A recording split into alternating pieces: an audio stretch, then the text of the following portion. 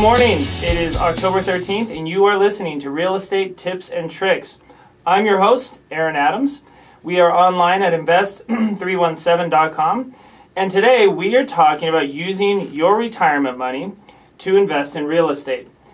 We discuss all things real estate on this show, and I'm joined in studio with my good friend, business partner, and fellow entrepreneur, Doug Dale. Hey, Aaron. Thanks for having me again. So today we have an excellent lineup for you, and we're excited with a lot of ground to cover. We have one of our business partners, Dennis Blitz. He's out of Chicago. We work with him on a regular basis. He is out on the West Coast, and he is at a self-directed IRA seminar where he is learning about all the progressive tax codes, all things that relate to using your retirement money to invest in the things that you want.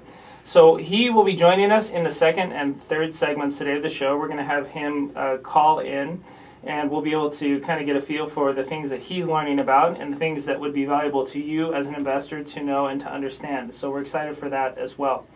But to get started, for those of you who haven't heard the show, let me give you a little information about myself, and we'll have Doug do the same thing so you can get a feel for where we're coming from. In 2000, I was living in Southern California. I was working on a master's degree in business and also teaching high school. I taught U.S. history and Spanish. And I bought a duplex. And I moved into the duplex. I moved into the front half. It was actually two small houses on one lot. And I bought that property for $100,000 in 2000. Now, if any of you remember, the real estate market in Southern California in 2000 was quite possibly the beginning of one of the largest run-ups in investment real estate that we would see in this country over the next 5 to 6 years.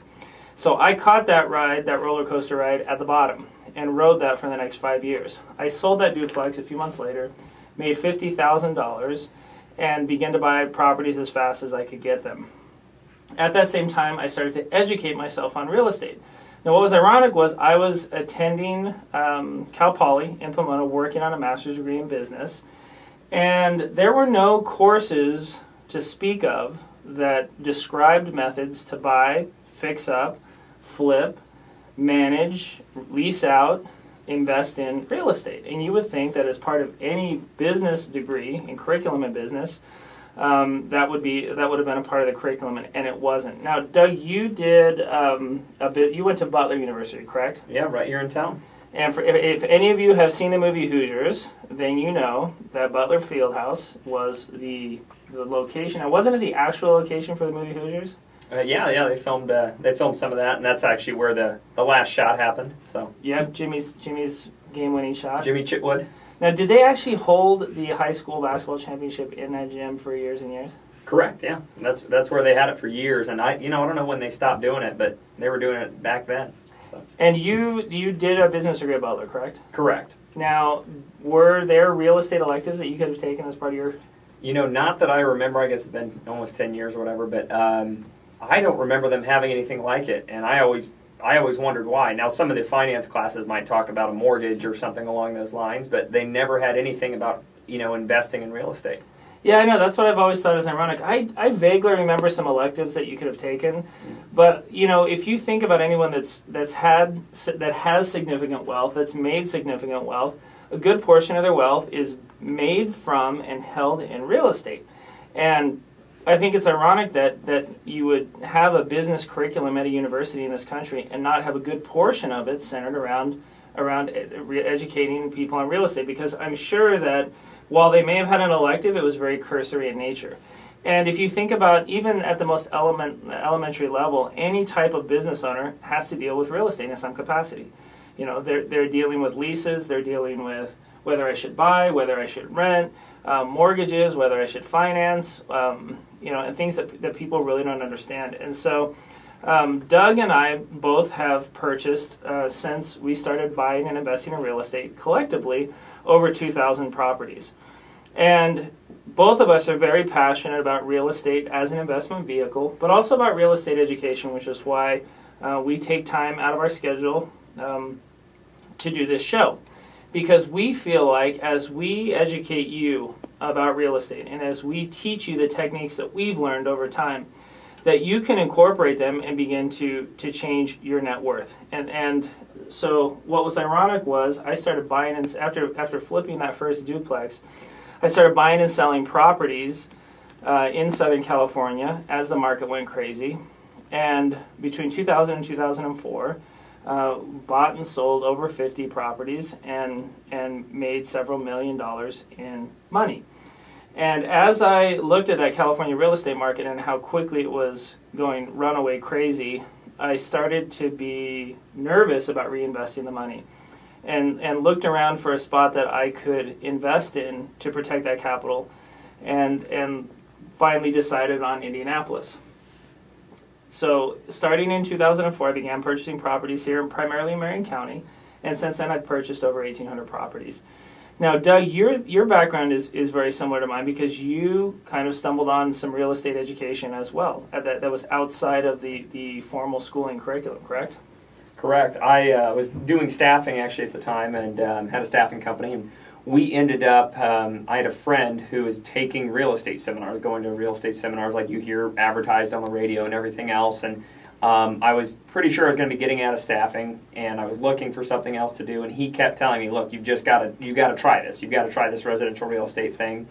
I ran one of those cheesy "We Buy Houses" ads in the newspaper. And by the way, "We Buy Houses" ads do work. People do actually call those ads, but. So I ran one, and right out of the gate, I got lucky. The first phone call, literally the first phone call I got was the first deal I purchased, which is not, historical performance does not predict future, right? But in this case, I got lucky, bought a house, and ended up flipping it just a few months later, made 20 or 30 grand on it, and never looked back.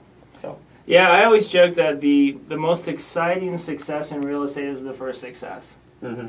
Because at the time that I got that first $50,000 check, I was teaching high school and going to school full time, and my salary was $40,000 a year.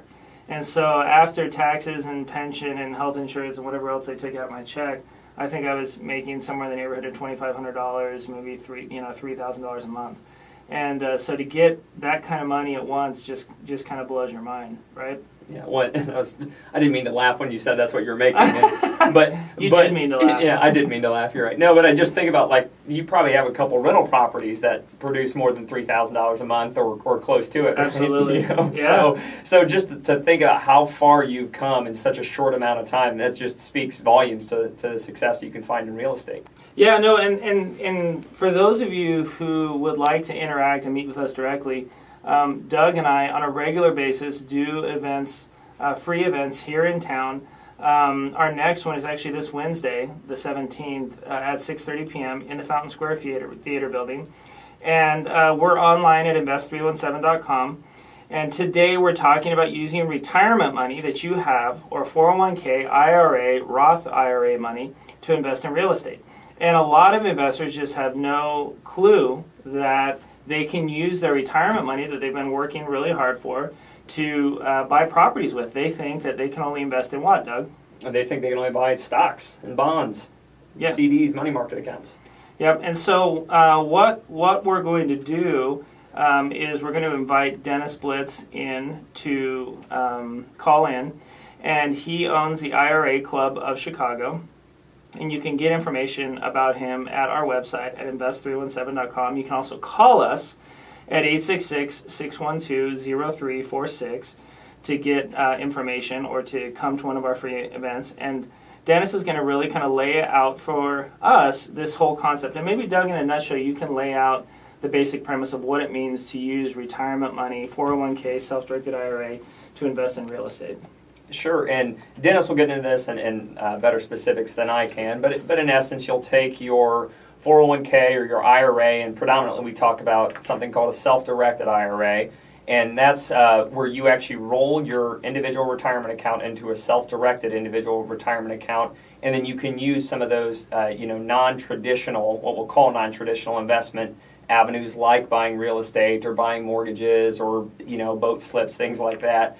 And that enables you to build wealth in a whole nother avenue. Most folks don't realize they can do it. And I think, Aaron, you said that most millionaires have a self-directed IRA, or what were you you always refer to that statistic that you said. Yeah, Forbes magazine in September actually pointed out that as part of his presidential financial declaration, Mitt Romney named that he has $25 million or up to $25 million in a self-directed IRA. I mean, yeah, and then, the majority of the wealthy and the established folks in the country, they understand what a self-directed IRA is and what it can do, and a lot of folks just have never been educated on it. And that's one of the things we always talk about is if you want to get into real estate, you also have to learn about self-directed IRAs, because that's how you put, properties, investment properties, cash flowing properties into a retirement account, defer the tax on them until you're ready to pull it out, and you can very quickly build wealth that way. Yeah, and we actually have an investor that we met a couple of months ago. Her name's Christy. She's from Boston. She's worked for an insurance company for the last 12 years and was very disciplined. She maximized her contribution to her IRA every month in order to take advantage of her employer matching, and was very disciplined, even though she didn't make a lot of money, but she was able to save up almost $200,000 in her IRA. And I said to her, you know what, Christy, what I want you to do is go and subtract out the amount of money that your employer contributed, look at how much you put in of your own money, and then look at how much more money you've earned. In other words, how much money have they been making for you in your 401k? And when she went back and looked at that money, she realized to her horror that she had just been making under 2% a year on that money. That was it in her investments. And so that's what we want to talk about today, because I'm guessing that many of you out there are in that same boat and you're making less than 2% on your 401k and on your IRA. And we're going to teach you today how you can make double-digit returns using your retirement money, and to do that now. So stay with us. We'll be right back. We'll have Dennis Blitz on the phone. And you're listening to Real Estate Tips and Tricks. I'm your host, Aaron Adams. We're online at invest317.com. And this is News Talk 1430 WXNT.